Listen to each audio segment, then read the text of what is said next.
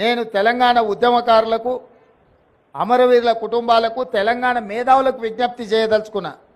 10 సంవత్సరాలు మీరు ముఖ్యమంత్రిగా ప్రభుత్వంలో ఉన్నప్పుడు ఎక్కడే కానీ తెలంగాణ తల్లి విగ్రహాన్ని ఏర్పాటు చేయలేదు. అందుకే ఈ రోజు కాదు, జూన్ 2 నాడే నేను చెప్పిన సచివాలయం లోపల తెలంగాణ ప్రజలకు పరిపాలన గుండెకాయ అయిన సచివాలయంలో తెలంగాణ తల్లి విగ్రహ ప్రతిష్టను ఏర్పాటు చేస్తామని జూన్ 2 నాడు నేను అధికారికంగా ప్రకటించిన.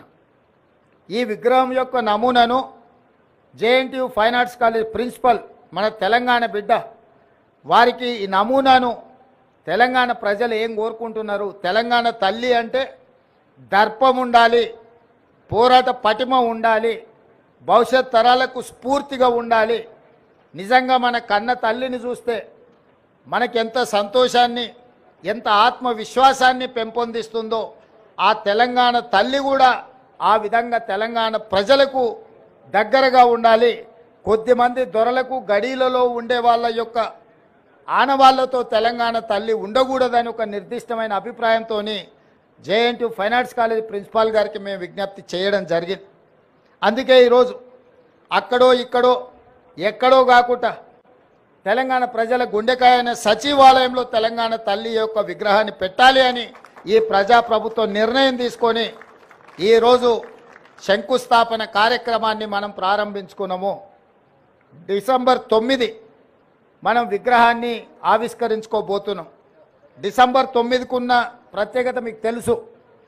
కేంద్ర ప్రభుత్వం యూపీఏ చైర్పర్సన్ శ్రీమతి సోనియా గాంధీ గారి నాయకత్వంలో ప్రధానమంత్రి మన్మోహన్ సింగ్ గారు, అదేవిధంగా కేంద్ర హోంశాఖ మంత్రి చిదంబరం గారు తెలంగాణ రాష్ట్ర ఏర్పాటు ప్రక్రియ ప్రారంభమైంది అని డిసెంబర్ 9, 2009 నాడు వారు ప్రకటించడం జరిగింది. అదే తెలంగాణ రాష్ట్ర ఏర్పాటుకు పునాది రాయి, అదే ప్రారంభోత్సవం తెలంగాణ రాష్ట్ర ఏర్పాటుకు ప్రక్రియ మొదలైంది.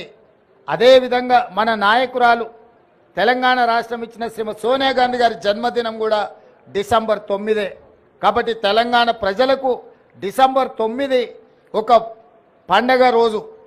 ఆ రోజు తెలంగాణ తల్లి విగ్రహాన్ని ప్రారంభించుకోవడం సముచితంగా ఉంటుంది అని సహచరులందరూ సూచన మేరకు ఈరోజు ఈ కార్యక్రమాన్ని తీసుకున్నాం.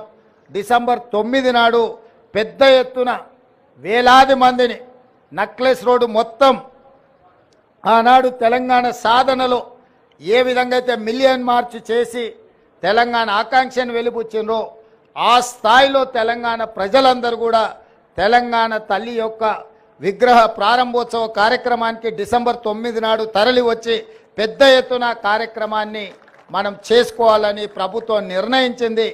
ఈరోజు సచివాలయంలో తెలంగాణ తల్లి యొక్క విగ్రహ ఏర్పాటు ప్రక్రియలో ప్రత్యక్షంగా పాల్గొనడము నాకు నిజంగా అదృష్టంగా భావిస్తున్నాను. నేను ఈ అవకాశం చాలా అరుదు, ఎప్పుడో ఒకసారి ఎవరికో ఒకరికి ఇట్లాంటి అవకాశం వస్తుంది.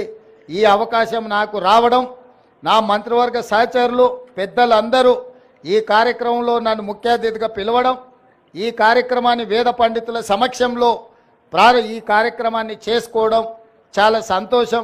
మీడియా మిత్రులందరికీ కూడా ఈ కార్యక్రమానికి వచ్చినందుకు మనస్ఫూర్తిగా మీకు అందరికీ అభినందనలు తెలియజేస్తూ పెద్ద ఎత్తున డిసెంబర్ 9 నాడు విగ్రహ ప్రతిష్ట, విగ్రహ ప్రారంభోత్సవ కార్యక్రమాన్ని ఏర్పాటు చేసుకుందామని తెలియజేస్తూ మీ అందరి దగ్గర సెలవు తీసుకుంటున్న మిత్రులారా, ధన్యవాదాలు.